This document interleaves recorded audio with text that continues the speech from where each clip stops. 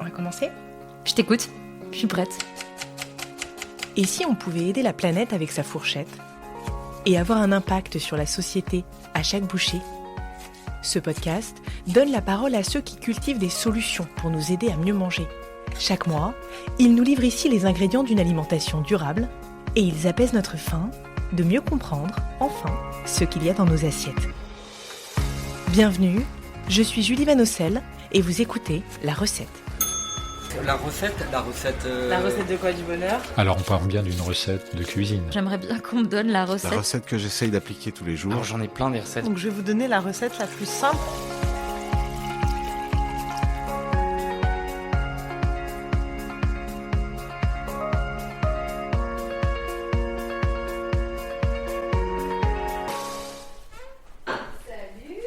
Bonjour Célia. Bonjour, bienvenue. Merci. Je suis ravie de te rencontrer. De même.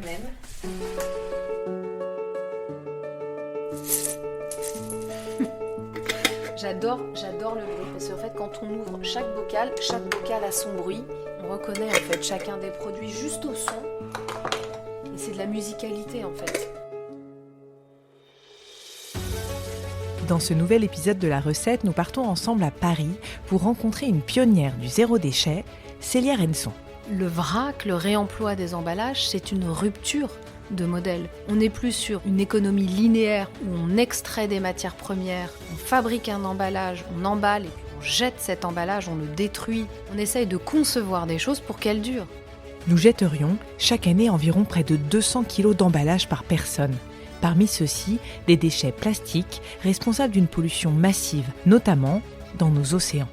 Et puis le pire, c'est quand l'emballage est encore intact et qu'il termine, comme on l'a vu, dans une baleine ou dans une tortue. Pour lutter contre ce fléau, Célia Renson a créé le réseau Vrac et Réemploi avec l'ambition de démocratiser ces modes de consommation.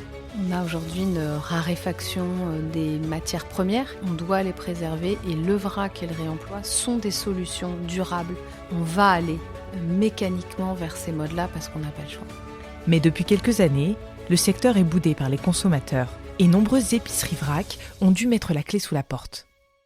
Je dirais que c'est globalement tout le secteur de la consommation qui a été chamboulé avec le Covid et le secteur à ce moment-là de l'emballage jetable s'est jeté dessus pour reprendre un petit peu l'avantage. Pourtant, le zéro déchet n'a pas dit son dernier mot.